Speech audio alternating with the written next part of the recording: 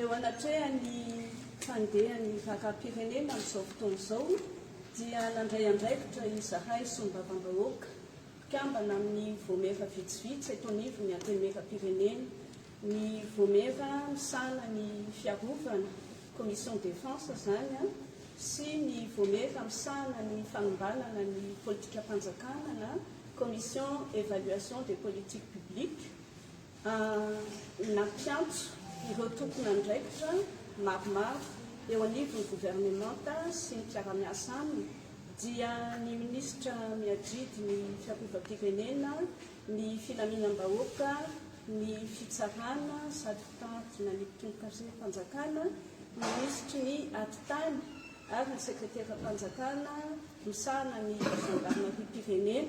miavaka amin'ireo mpiara-miasa amin'izy ireo mba hitondra fanazavana ety anivony antenimeva-pirenena eo anatrehany vizotra ny fitandrona ny filaminana eto amin'ny fotoana diavintsika ankehitriny.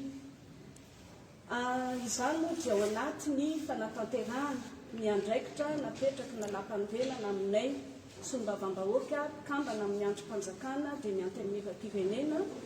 raha ny fahitany nalampanovelana moa dia manara-maso ny asan'ny gouvernementa izahay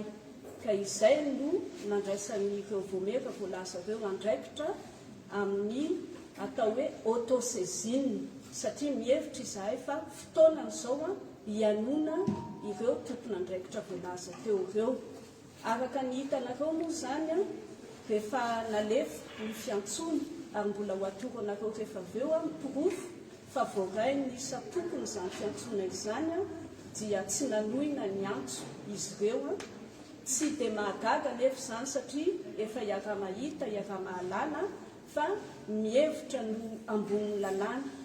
mihevitra ny antenimeva-pirenena ho androm-panjakana tsy manana ny lanjany ny eo anivony tondra fanjakana ao amin'ny fahefana mpanatanteraka. Izany moa dia tsy izahay ireto akory no ataon'izy ireo tsinotsinony eo anatrehan'izay fa ny vahoaka malagasy mpifidy anay satria izahay sombavambahoaka ny Madagasikara ka ireo vahoaka mpifidy ireo izay hoentinay nombieny ny etaetany sy ny fitakiana no voatsipaka ankehitriny eo anatrehan'ny fitrangany tsy fanalizareo ny antso izay natao antso natao ampanajana antso natao ao anatiny ara-dalàna ka ny tianay ho ambara voalohany indrindra dia mbola manampy kofo mitoka amin'ny tendany ankehitriny fa efa tsy mifampiaino ny fahefana eto amin'ny firenena efa misy tafiditra tanteraka ao amin'ny atao hoe crise institutionnelle isika izao satria ny androm-panjakana andaniny sy ny ankinan'izao nefa atao hoe mifanandrina arakevitra ary ny zavatra everinay fa tokony atao dia ny fitandrona ny tombontsoa pirenena ny tombontsoa amin'ny vahoaka malagasy ary mbola mialaneniny izahay amin'ny fifampidiniana nefa ny rehefa tsy mamaly ny ankilany inona tsony ny azo atao amin'izao tsy fisiny elanelam-panahy izao satria efa mifoanana ny sapan-draharaha maro izay tokony anakinany vahoaka malagasy ny aiainy sy ny etaetany ny filakevitra ambony miaro ny tandalàna sy ny demokrasia ny filakevitra ny fampiavana-pirenena ny ety amin'ny sombavambahoaka anatiny antenimeva-pirenena dia midika aminay izany fefa tsy mipetraka tsony ny fametrahana ny fiampiavanana araka ny sotoavana malagasy tsy mipetraka tsony ny fandalana ny mandala ny ara-dalàna ankehitriny ary tsy maintsy andray andraikitra izahay ampiakatra araka izay azo atao ny feo amin'ny vahoaka ary tsy ho avelanay hipetraka amin'ny tany izany tsy ravoravo tanana izahay eo anatrehan'izany fitsipahana ny fahefana napetraky ny lalam-panorenana aminay izany fa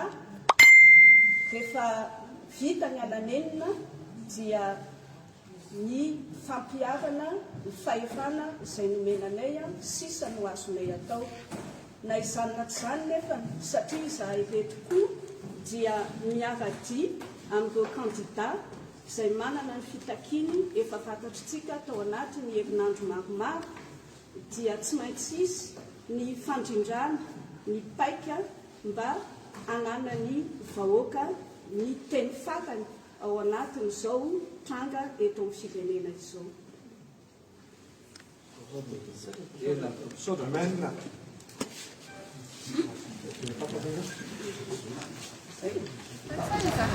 Fa isika olom-pirenena manakarama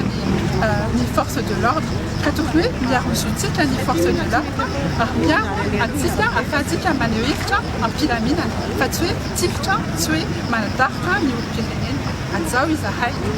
izahay avelo izahay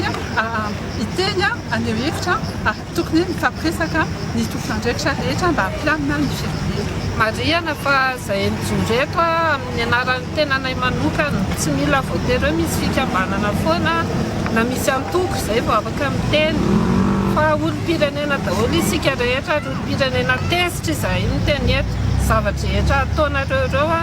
efa mihoatra ny fefy efa ela miezaka foana izahay mifampiraharaha miantso anareo hiresaka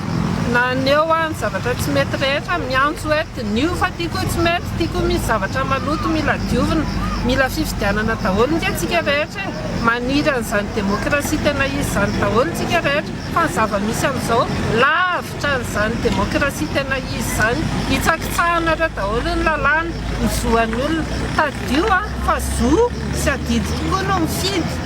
fa io zo io koa tsy azo hitsakitsahana sy varotana fotsiny hatran'izao hoe ndao hoe fifidianana maloto ty fa ataovy ihany da nataoly ihany ny fidy tsy azo atao zany zavatra izany manakasy ny zo hifidy io koa dia miantso atsika olom-pirenena rehetra andajalanja sy saintsaina ny zava-misy amin'izao fotoana izao mbola mendrika ny zo atsika hifidy ve zao zava-misy izao mbola mendrika atsika ve mbola anaiky foana ve tsika anaiky lembenana ny zavatra rehetra fa nitsakitsahana ny zoantsika isan'andro atsika mieritreritra fa rehefa tsy mieritreritra izao tsika dia miaraka miditsika miara-mamidy an'ireo taninasantsika miaraka amin'ireo olona tsy vanin'ireo tsika samy mieritreritra.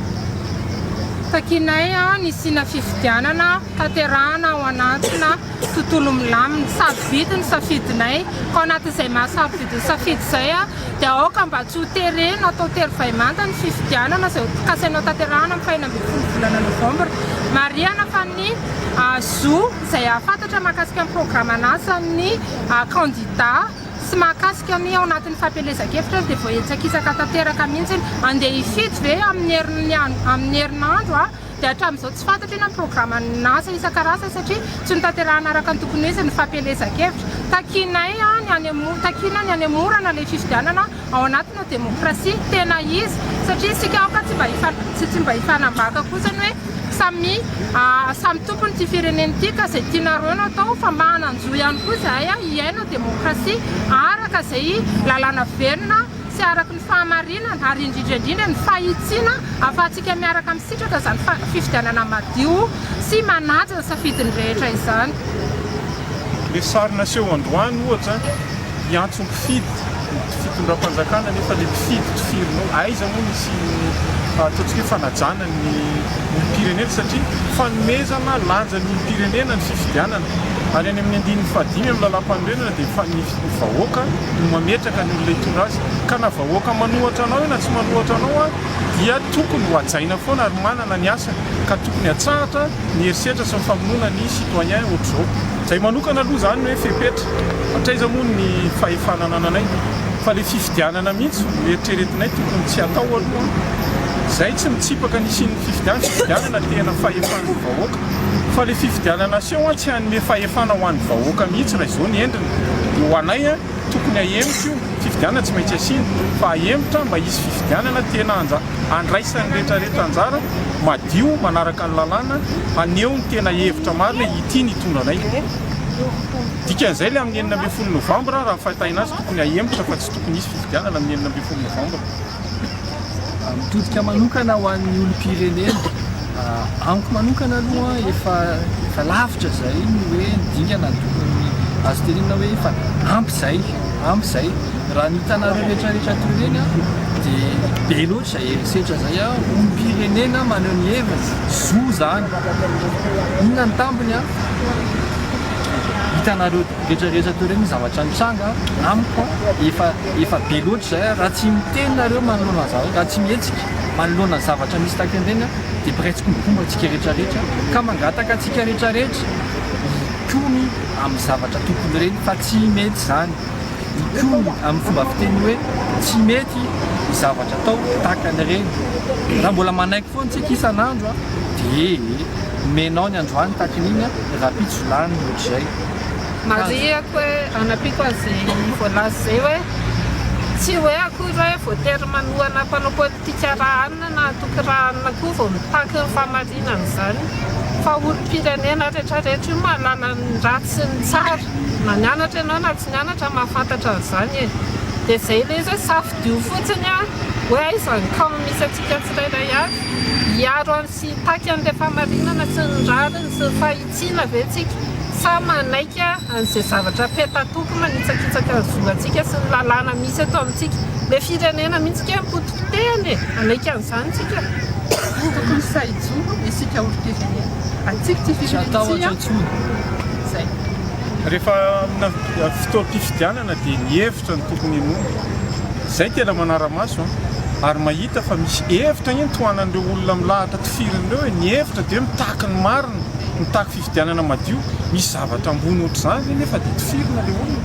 tsy zavatra ambony mihoatran'izany ary tsy olona ny hogaogany indraindrain'ireo olona eo fa hevitra